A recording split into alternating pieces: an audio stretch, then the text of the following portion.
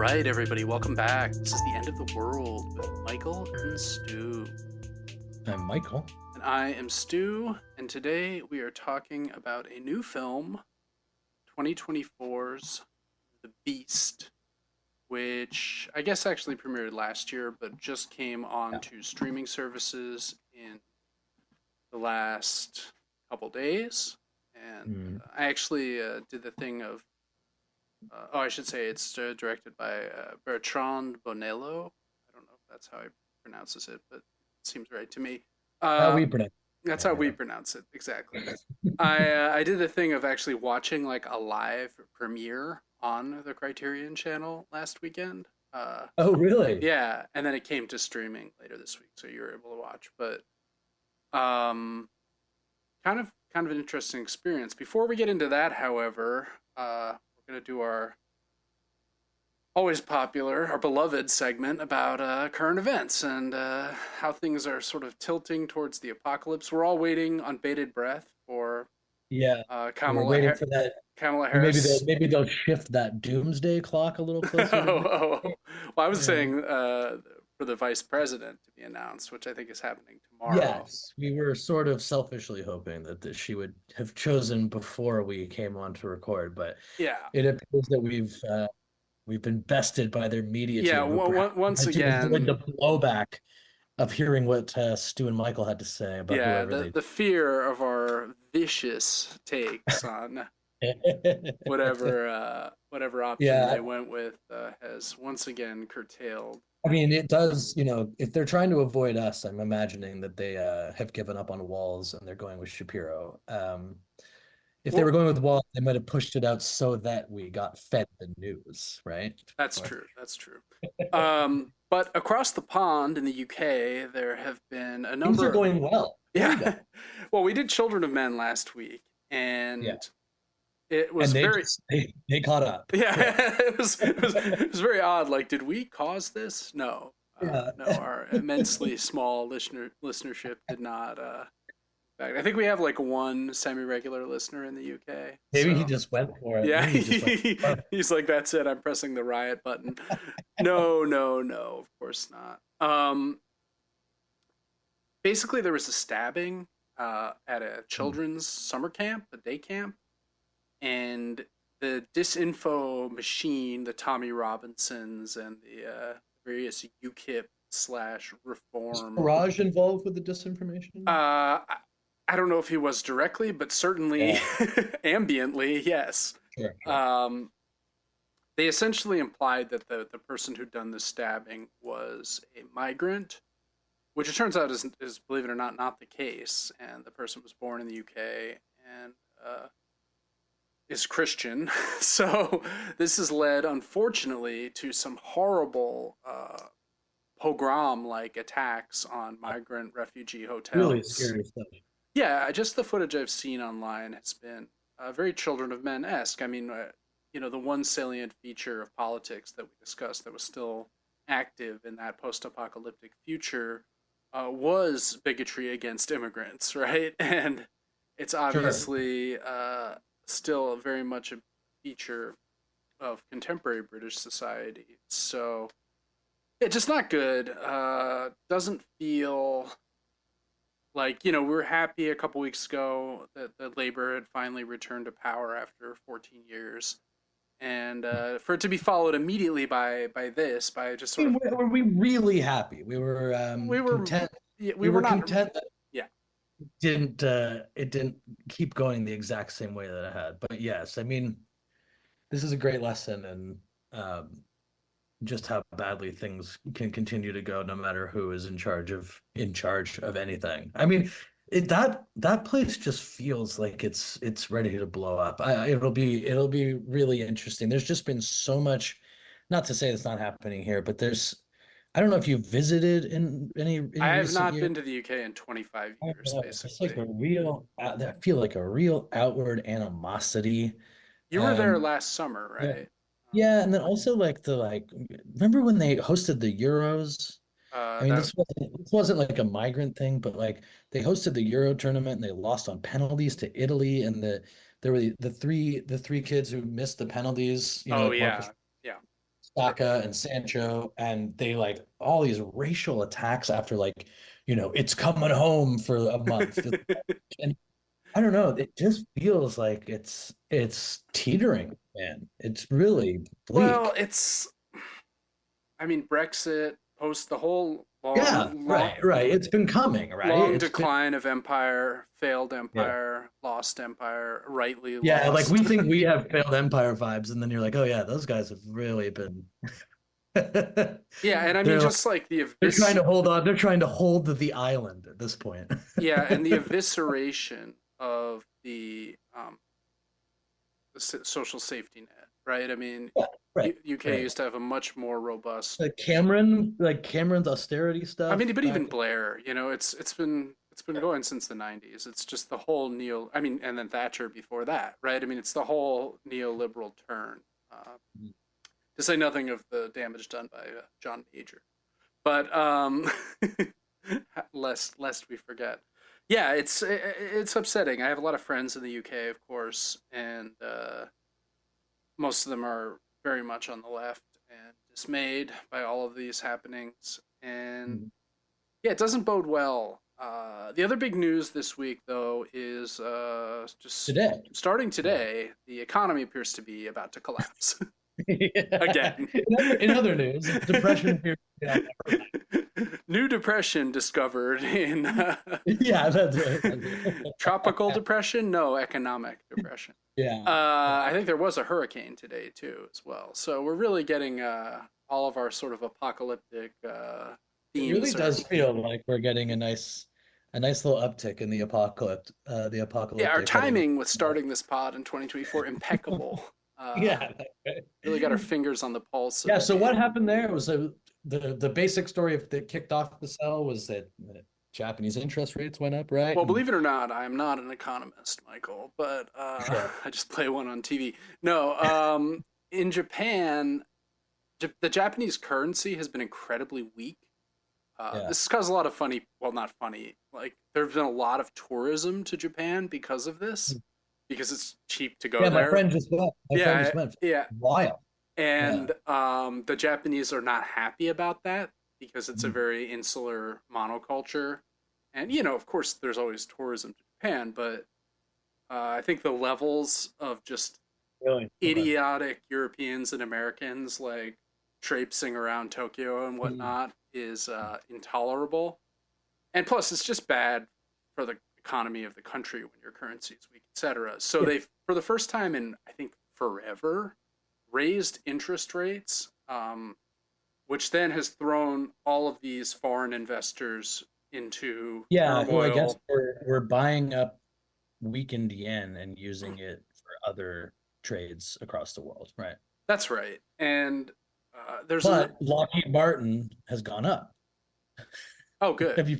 No, Yeah. So I mean, because it's also, we don't have to get into the whole geopolitical decline, but then of course there's the concern that as early as now, Iran is going to attack oh, Israel, right. I thought and that was supposed to happen today, but I suppose that hasn't yeah, and happened. our fine State Department is basically like In the dark about all of it, right? really hope that they really think long and hard about making such a decision.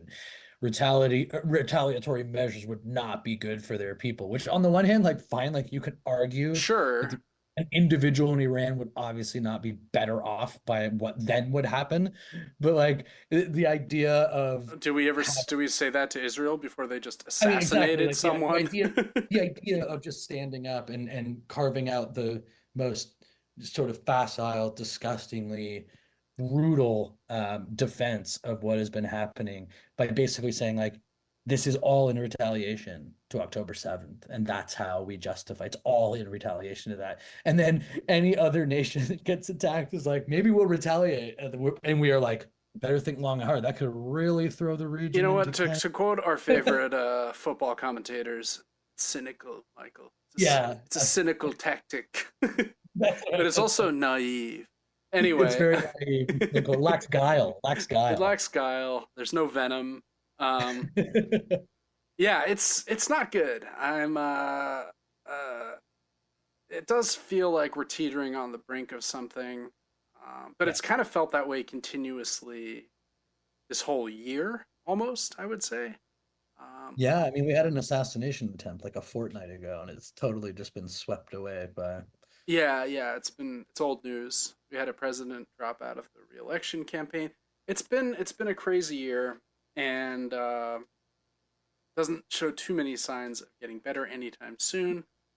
But with crazy times comes the need for diversion, and Yeah, let's escape for the diversion of the week is a bit.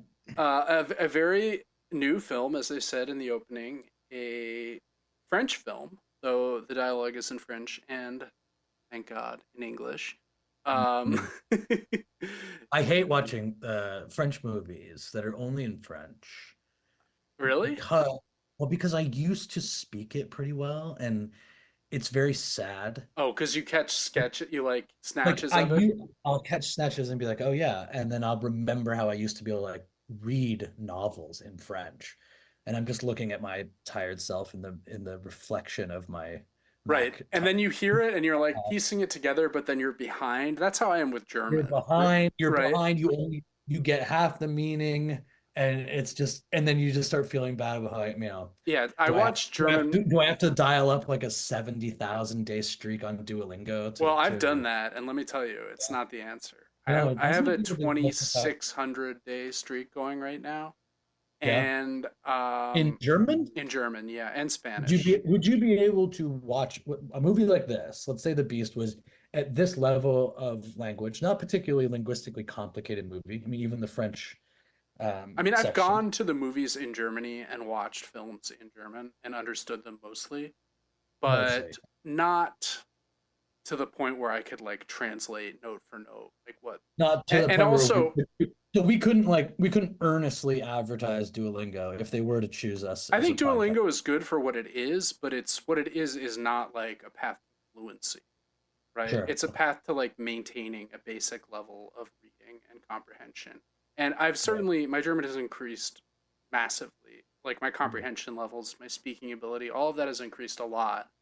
But I can't just like open up Goethe and be like, ah, yes, like Faust, let Right. us, which is kind of like what I want. And so in order to do Mhm. that, I would really just have to go there and live there for a while, Yeah. Yeah.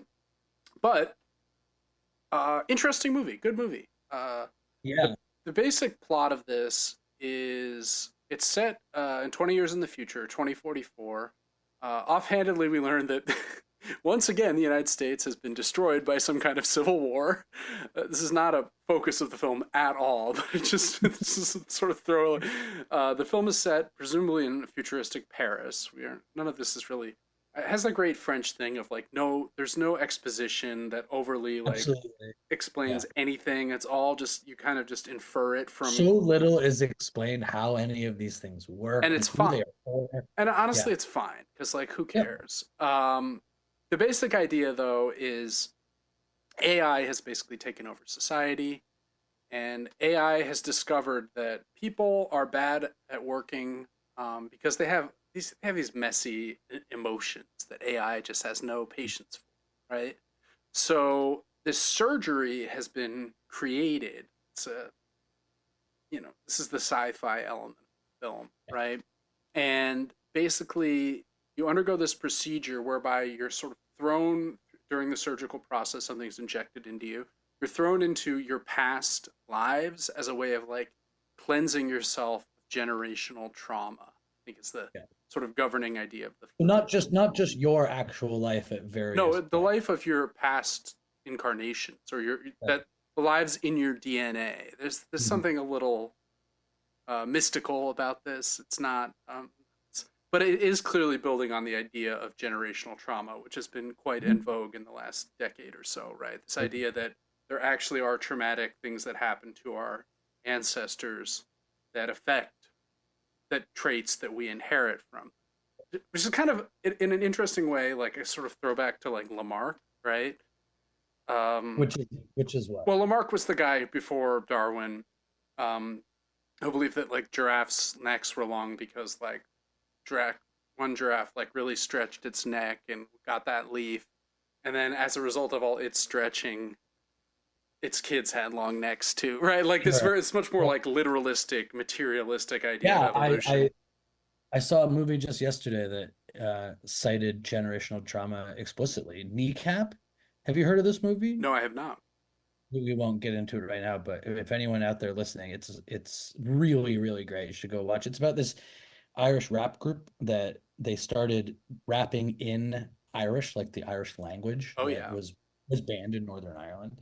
And it's based on a true story. Absolutely hilarious movie. Oh cool. Um, and they sort of, I think, if I like they when they're talking to like people at school, like principals and stuff are getting in trouble, they often like cite generational trauma to it's very good. Well, I'm Irish by ancestry, so I should probably start Hmm. playing that card. It's like, oh, Stu, why you've missed this deadline again? What's going on? Oh, well, I see there was this famine in the Right, 1840s. right. Yeah, No, they do joke around about that. It's very good. yeah. Oh, that's good. I'll have to check it out. So, Whereas there's not much joking in this movie, in fairness. I mean, Dasha does appear, which is Sure. kind of an in joke for the podcast community. But Right. the other main influence on the film is this Henry James short story. The film is called The Mhm. Beast, but it derives that title from his famous novella, longer short story, The Beast in the Jungle, which is about this man whose life is all his life he's overcome with this sense of impending doom. Right? He feels intense sensations of dread, like Mhm. something bad is going to happen. He just can't, he's It's oh relatable. Very relatable. yeah, Michael, I'm sure you've never experienced anything like this, but he meets this woman whom he met before, and the first meeting he explained this sense of dread, and 10 years later they meet again, and she's curious. She's like, "How's has the beast?" He refers to this dread as the beast in the jungle, like this thing that's going to leap out, and But he never marries, right? he never marries. He Yeah, deliberately isolates himself, right? in order to prevent his family members from experiencing this doom that he foresees. And the Right. woman, the other main character in the story, is clearly like in love with him, right? I mean, and and she's sort of fascinated by him and stays near him, but he always keeps her at a distance and never marries her, never marries anyone, lives as Is it like an early version of the hardline like climate change, like people who are frightened of climate change who are like it's no longer moral to have children it's because of interesting like you say that. I mean, something could be written about that for sure. No, I think people take it more as being about Henry James's own life, right? I mean, oh James was gay, right, at a time when that was an identity that hadn't even fully coalesced yet. But he never. It's entirely possible that he died a virgin, that he never experienced any kind of wow. contact with anyone. There's there's some there's some letters. People have questions. Interestingly, he was infatuated with and good friends with Oliver Wendell Holmes, the future Supreme Court justice. Oh wow. Yeah, That's there's this one incredible. letter. My old boss Harold Bloom used to say that he's like, my child, indeed, they may very well have uh, realized their relationship, or there's some euphemism or something. Yeah, yeah, But yeah. I think most people dismiss that. I think Bloom was Mhm. always kind of looking for a sort of Freudian undercurrent to Sure, of course. sort of carnal undercurrent. But basically, James never married. Late in life, he was obsessed with Rupert Brooke, the World War One poet who died uh, during in the trenches, right? And there's these stories of him like going to meet Brooke in like 1914 or whatever, and like powdering up. And he's like 75 years old, right? Brooke is like 22.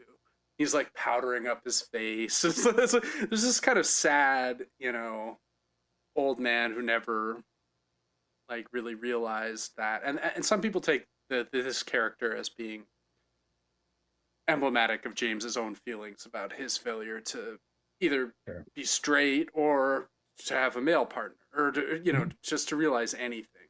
Um, but what ends up happening to I think the character, I forget, Marcher, I think is the character in the novel. his female friend dies, and at her grave, he has this realization that, oh my god, like the beast in the jungle was my inaction, right? Like Right. the catastrophic doom that I've The dreaded the call's coming whole from time. inside the house. Yeah. Yeah, exactly. Like it was itself the thing that this is really beautiful, beautifully written speech. Um, that's quite profound. I mean, it's a great. I mean, James is a great writer. I looked through the story again. I haven't read it in a long time. I looked through it again a little bit this week. His prose style is intimidating. I mean, he's an intense. He's not an. It's not an easy read. It's very Mm. rewarding once you get into it, but he's quite dense. His syntax is quite formidable. But that sort of inspires the first that Yeah. short story inspires the first. There's two primary kind of these generational trauma sequences that we see in the film. The first of which is set in 1910, which is a little bit after the James story was written, but it's set in Paris. And in 1910, there was the famous flood of Paris where the Seine overflowed. And that is the kind of, They worried that it would turn into Venice, right? yeah, yeah. there were there were Venice anxieties. Yeah. And it did not. It's back. We're having the Olympics there now. It's wonderful. It's been a wonderful games. I feel like the Olympics should end, right? I like it. I mean, I'm I a like it sucker. too, but it's come on, like, I'm a what sucker. like what are we doing here? I mean, we're both huge sports fans, so of course we like the Olympics on one level. But I just like it because I watch the same four sports all the time, and then once in a while, I'm just wow, that watching. guy's like throwing a hammer in the Yeah, yeah, exactly. Like, oh, air. look at this guy's on a pommel horse. He's got glasses. I'm down. I saw the Canadian did win the hammer throw, and a friend of mine Oh yeah, remarked that saw a photo of him, and he says, "Oh, this guy looks like someone who was thrown out of 285 Kent in 2009." He's got this like hipster beard, uh, very very fun. So the story centers the character played by a podcast favorite Leia Seydoux is Gabrielle, and the other main lead is George MacKay, who is Louis, right? And they both exist in all the timelines that we see in the 2044. They're undergoing this procedure because basically once these memories are called, you have the ability to get a better job. The AI right. I mean, that's overlords sort of the will. first thing that kind of jumps out at the movie that like whatever is going on in the society at this point, which we basically know that AI is in charge in some very serious capacity, doesn't feel overly dystopian, right? It's not there. It doesn't feel like everyone's imprisoned or in like a gulag that AI controls. But instead, it's like there's a process to just get better work, and that's enough for people to try this Yeah, procedure I out. think the idea is that you're sort of capped at a kind of peon level of existence, That's right. doing stuff like data entry, stuff that's Mhm. like presumably is beneath even AI is like no, Yeah, we'll allow the humans to do this like yeah, and just give them something to do. mindless To busy work yeah, kind of vibes. And in the 1910 timeline, it mirrors the James story. She and this guy Louis meet at a party. It's very decadent. It's very beautifully shot, and there clearly is some kind of attraction between them. He's English. She's French. She's married. He's single. can I And make it any more obvious? Right? what? Can I make it any more obvious? And there's also the sense that this is at a moment in history when the Industrial Revolution is really flourishing, right? We're right before the First World War. This is like the real final cusp of modernity being realized. Mhm. And there's a sense in their dialogue that they're kind of aware of this, right? Like that something about the modern world is destructive of a level of emotionality, right? Yeah, That we're becoming lack, lacking, right? what's that? like lacking the variation. There's a variation of life and experience that is on the decline. Right, almost as though emotion and human experience itself has become mechanical, Yeah. right? And throughout all the timelines in this, that there are dolls. Dolls become a kind of potent symbol Mhm. of the dream of the AI, right? The AI wants to essentially turn people into living dolls. Mhm. Dolls that are static, that have very limited emotional range, and they can just kind of to automata, as an earlier age might have described them. And in fact, Gabrielle's family owns a doll factory, which becomes. She describes the dolls. The dolls are value neutral, right? Their faces are painted in a certain way so as to be as appealing as possible to as many people as Right. And they're possible. and they're made by the husband. Well, the husband owns the. They started the Yeah, concern together, but right. But it's not like some sort of artistic flourish. It's that he simply sort of woke up one day and was like, I had a dream that I should make dolls. And then they made a doll factory. yeah, but it's also it's still like a boutique doll factory, Yeah, right? yeah. They're not mass producing like cheap rubber dolls. Initially, they make these fancy, expensive porcelain dolls, and they only produce a couple hundred of them a year, right? And we get to see the factory. They're quite small. They're artisans, like painting the eyes of the dolls and like popping them into the porcelain heads and making the Yeah. little dresses and things like that. But the doll factory is transitioning to plastic, right? This early form of plastic, something like Bakelite, that has the downside of being extremely flammable, which ends up being the kind of turning point. But I think in all of this, we see this movement towards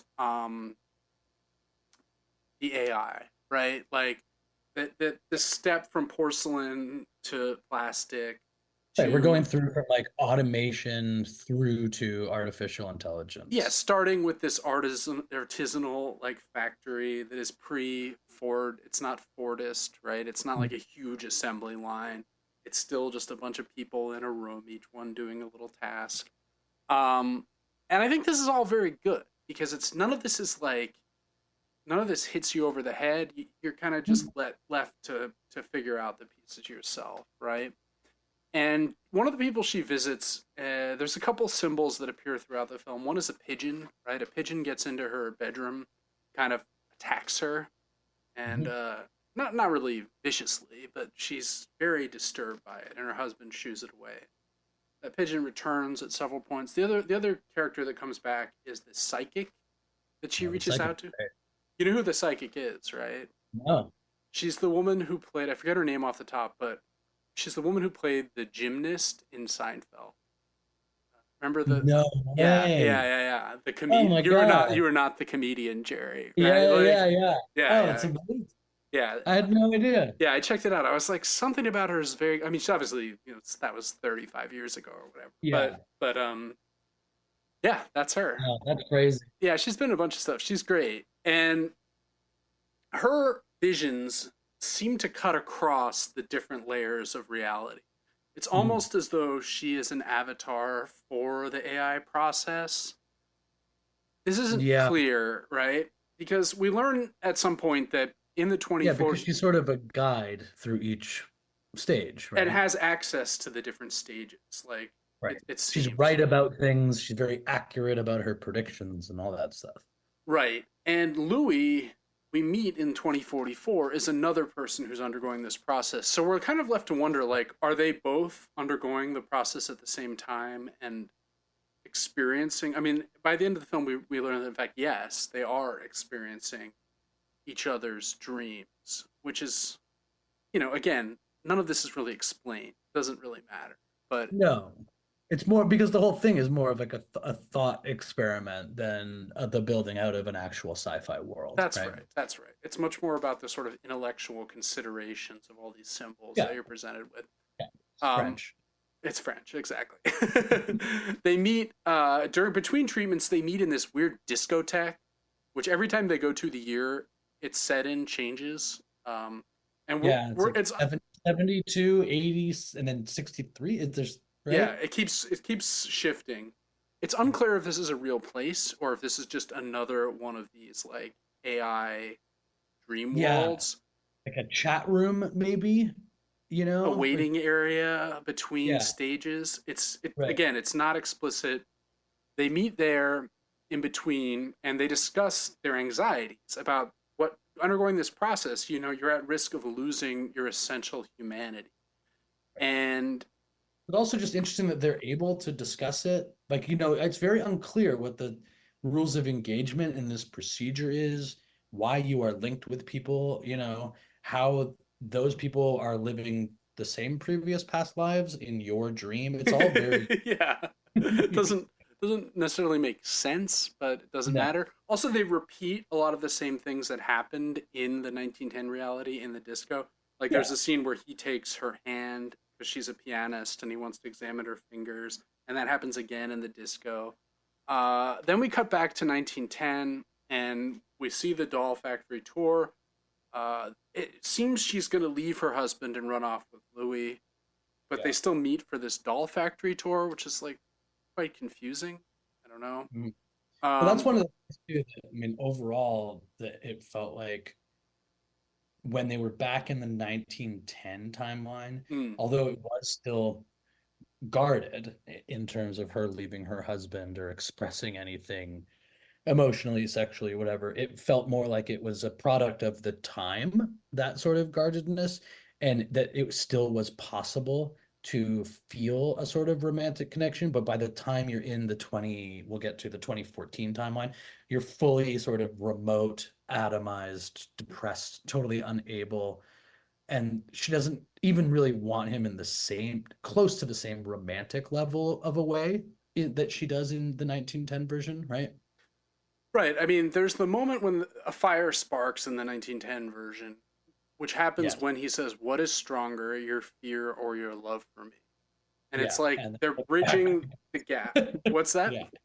And the factory blows up, Yeah, right? essentially, like this destroys the simulation, and they That's both, because the city is suddenly flooded, and that flooding happens like when they enter the factory, it's not flooded, but then it is. There's a sort of surrealist shifting of the terrain that goes on. it's a Um, very cool film, actually. I love that part. yeah, and they try to escape by swimming down, Coming through, but yeah. they don't make it, and then we cut. And then the next thing we see is the 2014 reality. So Mhm. it's essentially 100 years in the future. It's, relatively speaking, modernity, the time of iPhones and video chats and things Well, it like also does a this. very good job being a movie, being made in probably 2022 or 21.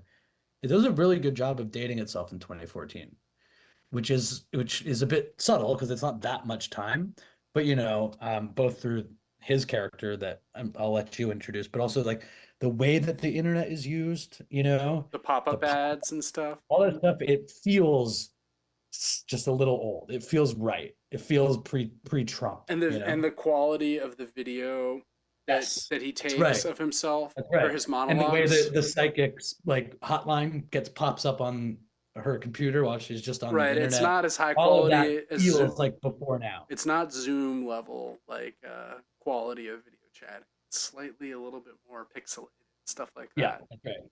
Yeah. So the second part of the film is the one I had a little bit more trouble with. Um, Oh yeah. so 2014, again, we have Gabrielle and Louis. Gabrielle's a successful, aspiring model. She's going on jobs. She meets Dasha. Every model's dream. Dasha plays another It seems model. pretty clear that whatever Adasha did in this movie, 95% of it, it feels like got cut, right?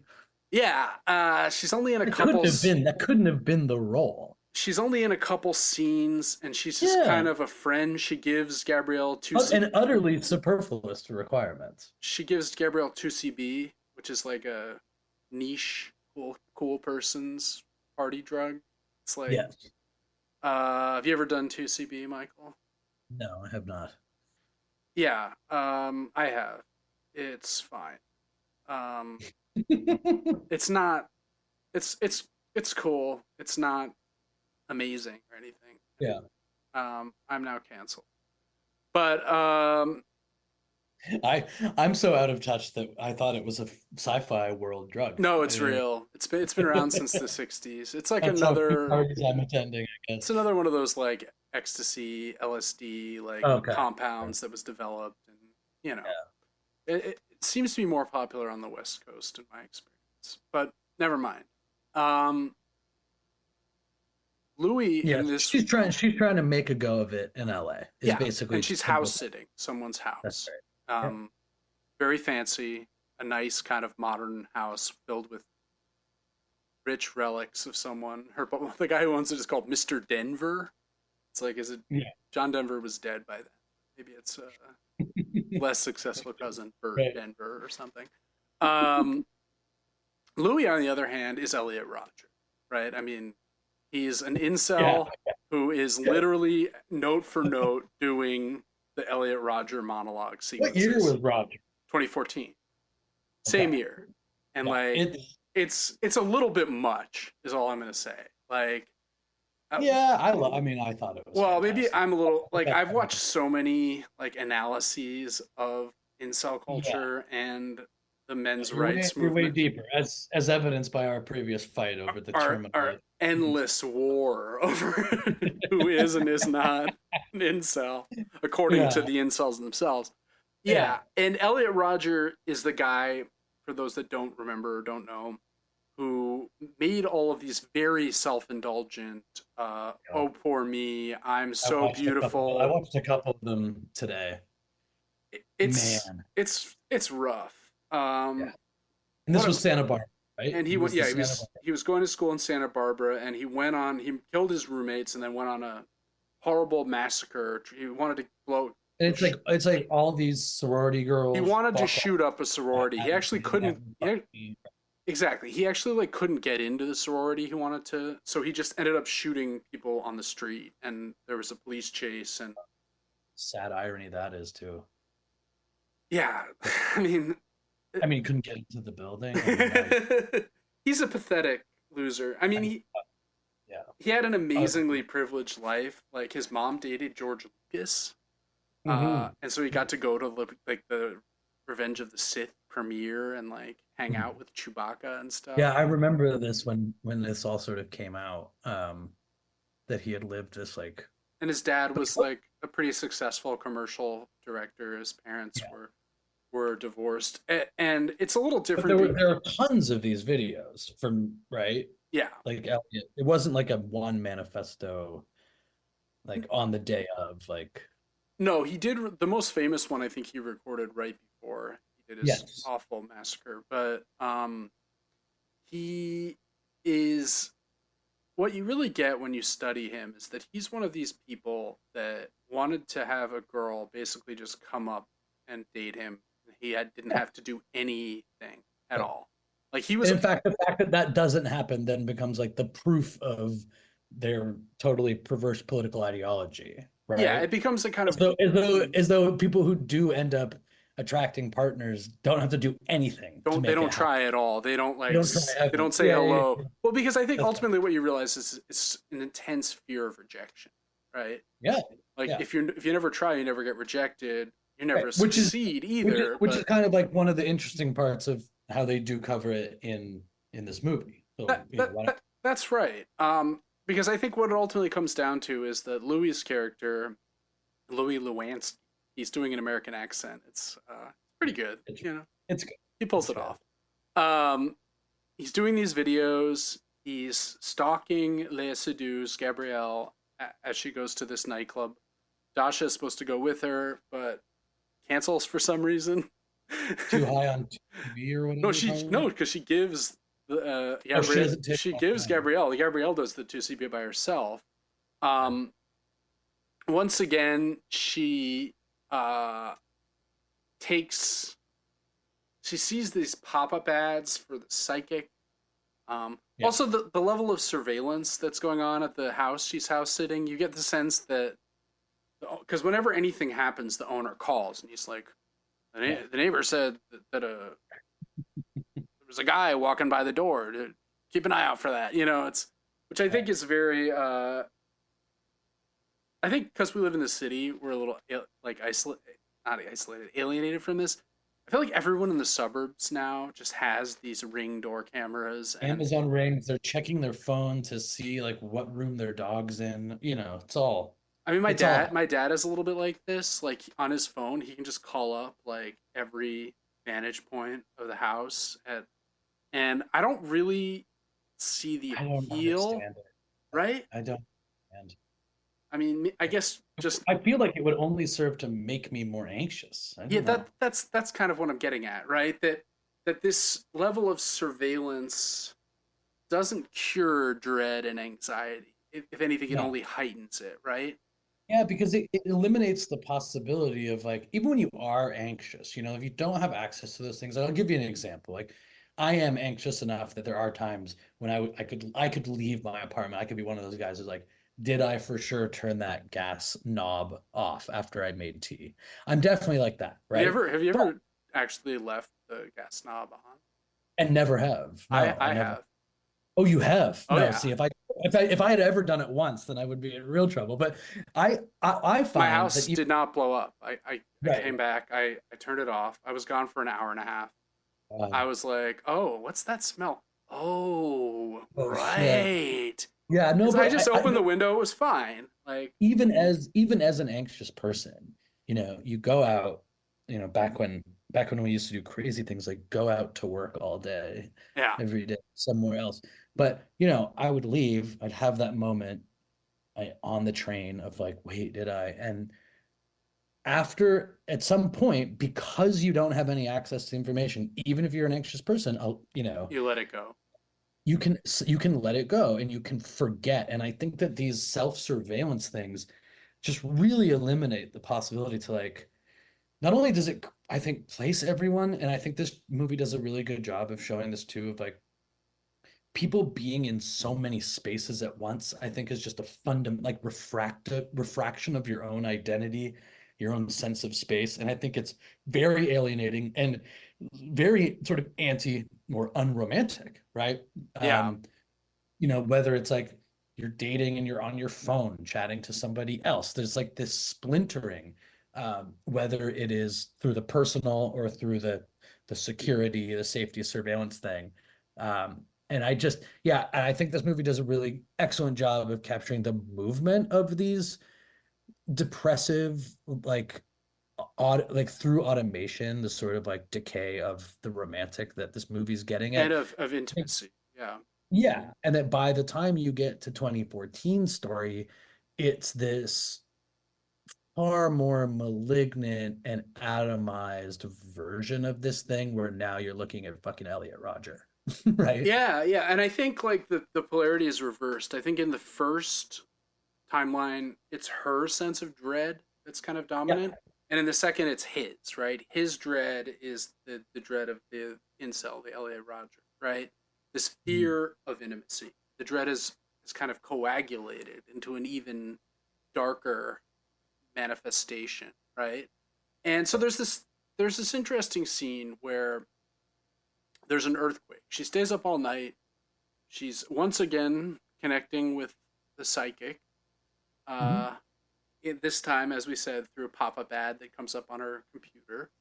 She also in this timeline has a little weird doll that's like a Furby kind of thing. That's like Mhm. so it's like the doll we see again. A doll is here. It's like now it's like talking to you. We're all these are all like steps on the path Yep. to AI and to what AI itself like would have. Right. She doesn't treat it like a baby or a dog or a friend, but kind of a weird combination of the It's three, just kind of sitting there with her, just like kind of on the sitting there, couch. poke it every now and then or like chuckle. And then there's an earthquake, and this draws everyone out of their houses. Uh, we've had an earthquake here in New York in the last year, which I think Oh, we potted about it. We had to. I'm sure whoever follows my bloodline 100 years from now will have in the DNA the incredibly traumatic moment of the earthquake of 2024. Yeah. In LA, obviously, these Which things are. listeners can go back and understand just how rough it was in the city when that happened.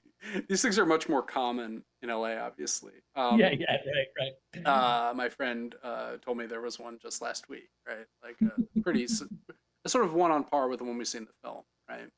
Yeah, yeah. And then people do come out of their house just to be like, "Hey, you guys feel that? Like, everyone okay? You know, just to kind of check to see if anything, you know, any roadways collapsed, any fissures have developed in the pavement or what have you." And Louis is there, right? He's hanging out. She talks to one No, neighbor first, and she again is just drawn to him. yeah, This sort of he has this they have this magnetic pull on each other. But in this version, she's like, "Why don't you come home with me?" She's like, "Why don't yeah, you walk me home?" She's basically like, "Let's go hook up." yeah. Is the subtext, and he's like, "No, I won't." Which again is like, even when the so-called dream of the incel is realized, Right. like the Well, not most. even a dream, the so-called like realization of justice, which is that the Yes. beautiful blonde should Well, be like the read most attractive person in the world in the world. Right, right. comes up And to you, not just in the world of this movie. just We're talking yeah, about Leah Seydoux, like like of a all really time. top tier across era, And I you mean, know, he's from handsome too, but 1910 to 2014, yeah, it's like it's 2024. game She's over, in every conversation. game And, over. and, you know, and a guy named Elliot from Santa Barbara's like, I don't get why I have to put any effort in to get this woman to want to Yeah, sleep with me. yeah. And then the moment actually happens, it's he doesn't try, and it is all sort of laid out to him. And then of course he doesn't want to do it, you Well, know? but then there's this odd glitch that happens where suddenly he is there Mm-hmm. and he does come in and they start to Can't kiss tell whether she's hallucinating or whether he's actually there, because right? in a minute she's kissing someone else and it's this other Right. So neighbor that we, she starts to kiss him, they're on a and couch together. they start to hook up. And the Uh, psychic gave us a little flash forward of this earlier in yeah. the film too. And so you think that it's real at first, and then it appears that the whole thing might be a hallucination because the Louis is replaced by the other neighbor, right? And he's like, Um, she's like, "Oh my god, what are you doing here?" And he's yeah, like, he's great. He's like, what? What do you mean? What am I doing? What's wrong with the Louis? Yeah, yeah, yeah. he's like, Um, he's like a normal guy who, on being invited back by, he's like, right. is this really happening? Like, what's going on? But then And there's then this like, she's like rejects him, and he's like, "Oh, oh yeah, right. okay, fine, I'm leaving." Like, But then there's this really good, really good articulation of the incel culture, especially the things that you've been talking about in this particular episode, where he starts to explain in one of his next videos that he's not even going to take the chance because actually she wouldn't fuck him. And actually, it would all just be a a ruse to tease, yeah. show how much power she has over him and how disgusting he really is. And so, you know, you're talking about again, not just the fear of rejection that I think you're right about. Yeah. You're talking about very serious self-loathing that at least in this world is put down somewhat to automation and the role of AI and the end of the romantic, not to justify the incel or allow the No, incel, no. but it To is an to explain, or like to to explain posit like a possible, a where possible did this come from? Kind of. right, which is that like they have lost the ability to not only feel the way that they would have to feel to have a healthy relationship or even just a healthy moment of attraction of any kind, but they've also, by following that logic or illogic through, they've lost the ability to be able to envision someone having that feeling or that attraction about them. That's And right. at that point, it's all over, and there's no possibility other than violence and death, basically. That's right. I think the parasociality of like he can express these feelings, but only through the mediation of like a YouTube video Of or course. on Could never say this. on an Couldn't say this to her. Yeah, couldn't say this to his therapist. yeah. It's literally just to these other alienated, atomized people who are not real in his mind, who exist in all the different spaces and places that we're talking about, right? It's really nicely said. So predictably enough, You'll never guess where the movie's heading. she is he stalks her again a couple nights later and breaks into her house. Uh, there's one funny scene where the owner calls and says, "Oh, this is back in the earthquake. Oh, there's been an earthquake. Did anything break?" And she's like, "Yeah, the vase on the table broke." And he's like, "Oh my god, that was a Ming vase. Oh, so." And then we just see her just break Yeah, it yeah, like it yeah. was actually Yeah. fine. I don't know. I just like that moment. It was Oh, like, that was great. it's like, what are we doing? He breaks in. She tries to talk to him. She says, "You don't want this. You know, we can." You know, she still likes him, and she also believes in him. And this part is very interesting. It's cut. It cuts several times, and we see it sort of replayed a few times. And the psychic is on the Yeah, it's line yelling. deliberately like it's brought outside of linear time, like It her feels it, opening the when I door watched for. it, I almost felt like there was a glitch. Like, did the movie skip? Like, did they make an I just felt editing? like I was running up against the very real limitations of my own intellect. I was like, I genuinely don't understand what they're trying to tell me right now. Yeah, I mean, I think it's pulling our attention towards the fabricated AI generated nature of this, right? Like that it's like just Right. replaying Okay. from a couple angles, Right, almost because as it's if not her real life. It's not her real life, that's right, right? and it's almost as if they're trying to like this is the moment of resolution that she needs to overcome, right? Because Yeah. she sees this image of herself dead in the swimming pool, Yeah. and after these treatments, she's supposed to be able to look at that and feel nothing, but she's Yeah. still upset by it. So it's almost Mhm. as if this trauma is like they're trying to exorcise it by like having her relive Yeah, it, they give her a couple of tries to see if the treatment could work but before they give her the bad news. it didn't. Doesn't work. She can't be made into a living doll. Also feels like such a great French movie style thing, which is like to build this whole movie that this is the thing. And then, in any American movie, it's like, of course, she overcomes the last thing. And just when you think that she's part of the 0.7% where the treatment doesn't work, actually, in an American movie, then she somehow turns it around after that, right? And in this movie, it's just like you're not part of the group that works, Yeah, It's sorry, you're literally the point 0.7, like less than 1% of people. we didn't want to tell you this before, but turns out it's Bad not every. news. Yeah, Like, yeah, and she goes back afterwards, now destined to be a data entry peon forever, presumably, to the nightclub, and she sees Louis there, mhm, and they're connecting, they're dancing, they have an evergreen love, which is the song that is played at various points yeah. throughout the film. And then to her horror, she realizes, and he's dressed in this very funny, like Oh, 1960s gosh. Mao Beatles outfit, right? Like, Yes, that's right. That's right. and he's like, "Oh well, you know, I'm so glad I went through with it. Like, I've got my new position at the Ministry of Justice or whatever." And she has this horrified reaction to that, where Yeah, she just yeah, realizes he still loves her. He experienced all the things they experienced in these past lives, apparently, yeah. But it does not matter. but it no longer touches him. And she lets out this scream where it It reminded goes me on for a of while. what's that? Goes on for a while. It reminded me of Laura Palmer's scream at the end of Twin Peaks: The Return.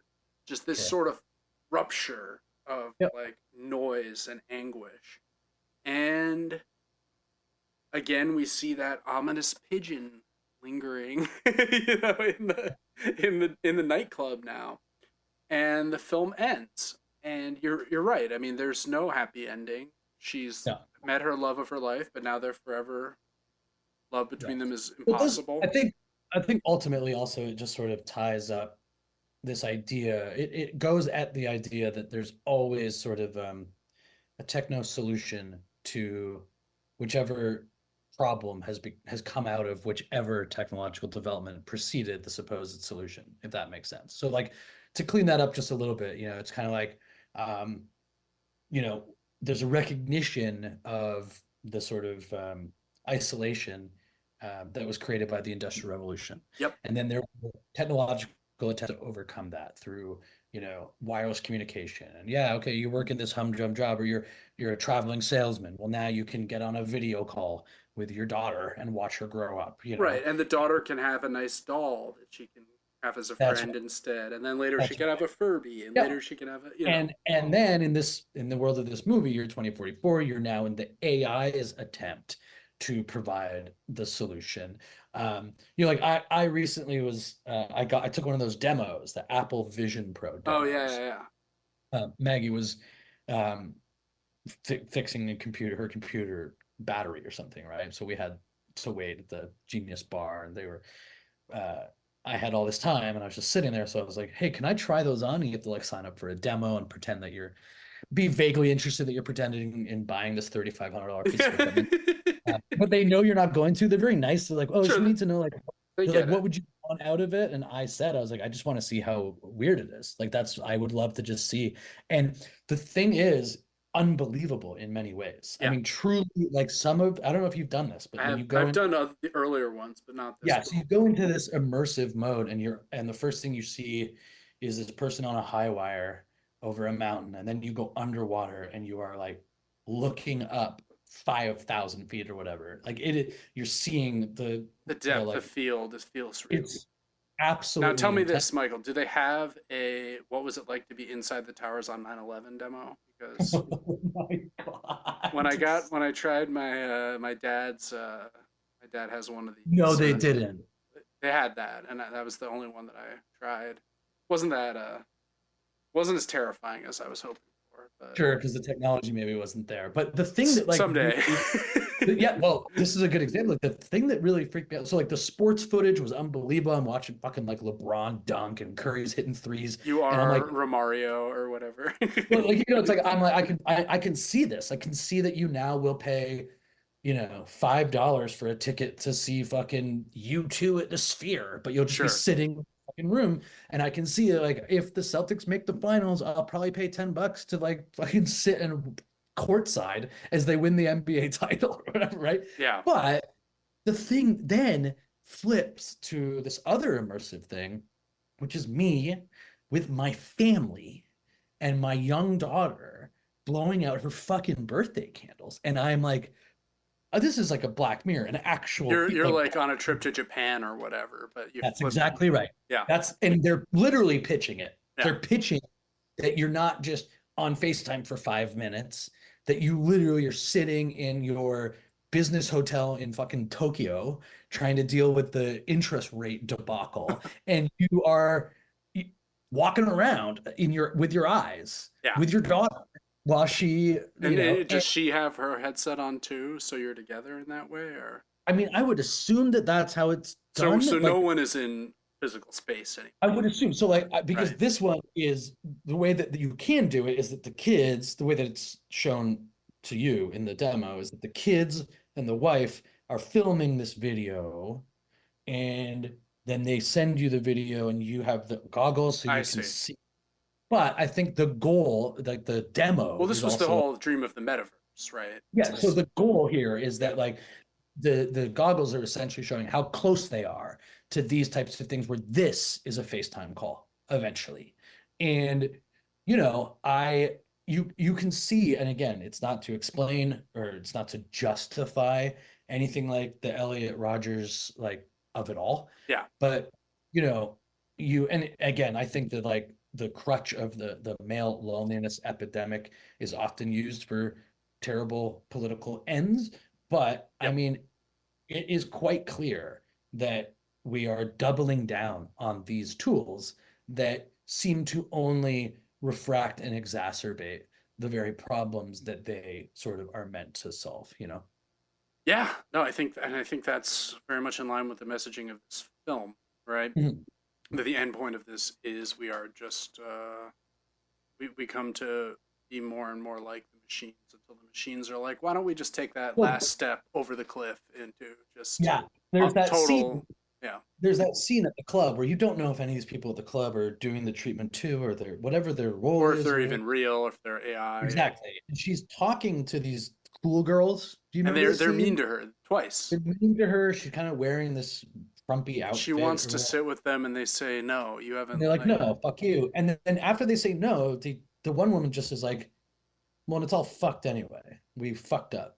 yeah, And yeah, it's to me like that's kind of the lasting message to me about the sort of the limits of technological solutionism are ultimately that there's a very good chance that we just fucked up. And whether it's like yeah, being beholden to the S&P 500 or whether Kamala Harris selects Shapiro or Walz or whether you can feel the heat of your daughter's birthday candles being blown out in your goggles, yeah. you're like maybe we just fucked up. And I love that part of the movie. Maybe it's just that simple. It's done in terms of like this is our only way to solve these problems now, and we just fucked up. Oops. Damn, really, really good way to Again, end kind it. of a again, kind of a French thing, Yeah, right? Just we fucked it. Sa- Nothing to see here, you sacre know? bleu. Yeah. Yeah. Like, I mean, then think like how hard do you have to fuck something up? And you've got kids posting on YouTube like Elliot Rogers. I mean, in every way, socially, technologically, politically, economically. I mean, like, Yeah, and think I of mean, we haven't even gotten into the drama surrounding Mr. Beast this yeah. week. Yes, we'll I move feel right like the from fact that we even have ever heard of there. Mr. Beast is perhaps a I sign of know. how badly Yes. Yes. society is. Anytime you bring up Mr. Beast in the podcast from now on, I'll just say, well, we fucked up. All Uh, right. Good place to end. I really like this film. I think it's worth Yeah, me seeing. too. It's thoughtful. We haven't decided what we're doing next week, but No, we'll tease it out maybe. yeah, we'll uh, we'll drop some hints about that. But until then, this has been the end of the world with Michael and Stu. Michael. I'm Stu, and we will talk to you real soon.